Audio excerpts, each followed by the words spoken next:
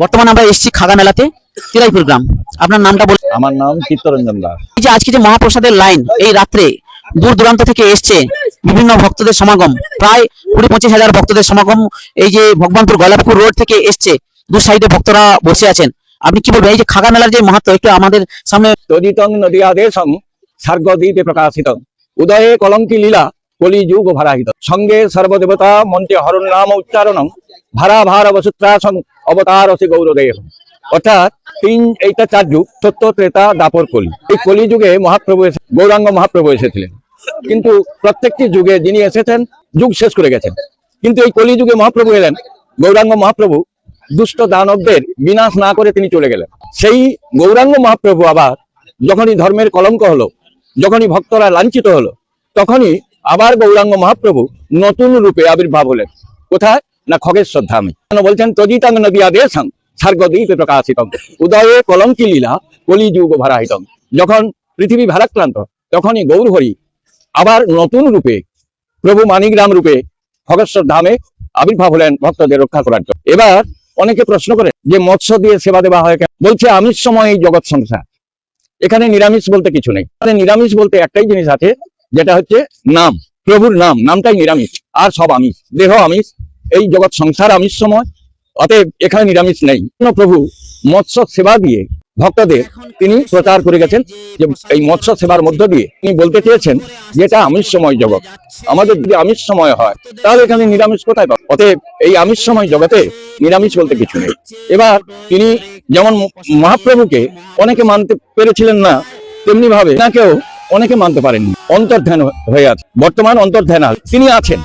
কারণ এটা আপনি জানবেন যে সাধুগুরু বৈষ্ণবরা যদি মারা যায় তাদের কি ভোগ দেওয়া হয় বাবা?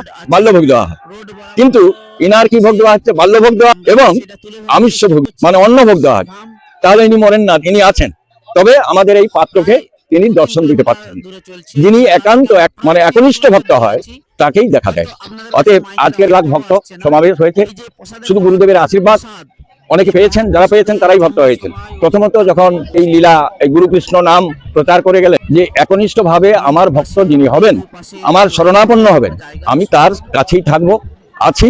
অতএব তার দুঃখ, ভালো মন্দ যাহা কিছু সব আমি গ্রহণ করবো। তাই করছেন আজকের লাখ ভক্ত সমাবেশ হয়ে। জয় গুরু কৃষ্ণ, জয় মাতা পূর্ণমাসী, জয় ভক্তবৃন্দ।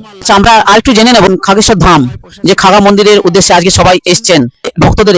এই যে আজকে মহাপ্রসাদ সব কি ভক্তদের দান, না এই মন্দির যে আমাদের কাছে ট্রাস্ট থেকে কিছু দেওয়া হচ্ছে, না ভক্তদের অনুদান? এটা ভক্তদের দান, ভক্তরা না দিলে কি করে হবে? ভক্তরাই এবং ভক্তদেরই সেবা করছে। আমরা দেখছি প্রায় ভক্তরা বলছে, অনেকের সঙ্গে কথা বললাম, ভক্তরা বলছে কেউ 1 ঘন্টা, কেউ 1.5 ঘন্টা, কেউ 2 ঘন্টা অপেক্ষা করছে। বোঝা যাচ্ছে যে এই খাগেশ্বর ধামের যে মানে আমরা বুঝতে পারছি যে খাগেশ্বর ধামের মহাপ্রসাদ সেবনের জন্য যে গুরুত্বপূর্ণ, তারা 2 ঘন্টা কেন 3 ঘন্টা হলেও তারা থাকবে। তা বোঝা যাচ্ছে যে এই খাগেশ্বর ধামের মাহাত্ম্য কতটুকু। মাহাত্ম্য ইনার একমাত্র সেবা হচ্ছে তেল সেবা এবং জল সেবা। তার চরণামৃত যিনি পান করে তার সর্বরোগ ব্যাধি সব দূর হয়ে যায়। অতএব যদি এক মনে একনিষ্ঠ ভাবে সেবা পূজা করেন বা সেবা করেন, তার রোগ ভালো হয়ে যায়। এইভাবে বহু ভক্তের তারা উপকার পেয়েছেন, তাই তারা আশ্রয় গ্রহণ করেছেন গুরুদেবের। প্রত্যেক বছর মাঘী পূর্ণিমাতেই হয়? মাঘী পূর্ণিমাতেই হবে। মানে যদি কেউ আসে ভক্ত দূর থেকে, তাদেরকে কি বলবেন যে প্রত্যেক বছর মাঘী পূর্ণিমাতেই আমাদের এই মেলাটা শুরু হয়? হ্যাঁ, প্রত্যেক বছর মাঘী পূর্ণিমাতে এই মেলা শুরু হয় এবং 3 দিন রাসটা হয়। এই যে 3 দিন রাস উৎসব হয়, এই 3 দিন প্রসাদ সেবা দেয়। আচ্ছা, 3 দিন রাস মানে রাসের প্রসাদ সেবাটা হয়, তারপরে এমনি মেলা, যেটা মেলা 10-15 দিন হয়ে যায়। আচ্ছা ঠিক আছে, ধন্যবাদ আপনাকে জানাই আমরা। এটা আপনি অনেক কিছু আমাদের ইতিহাস জানালেন।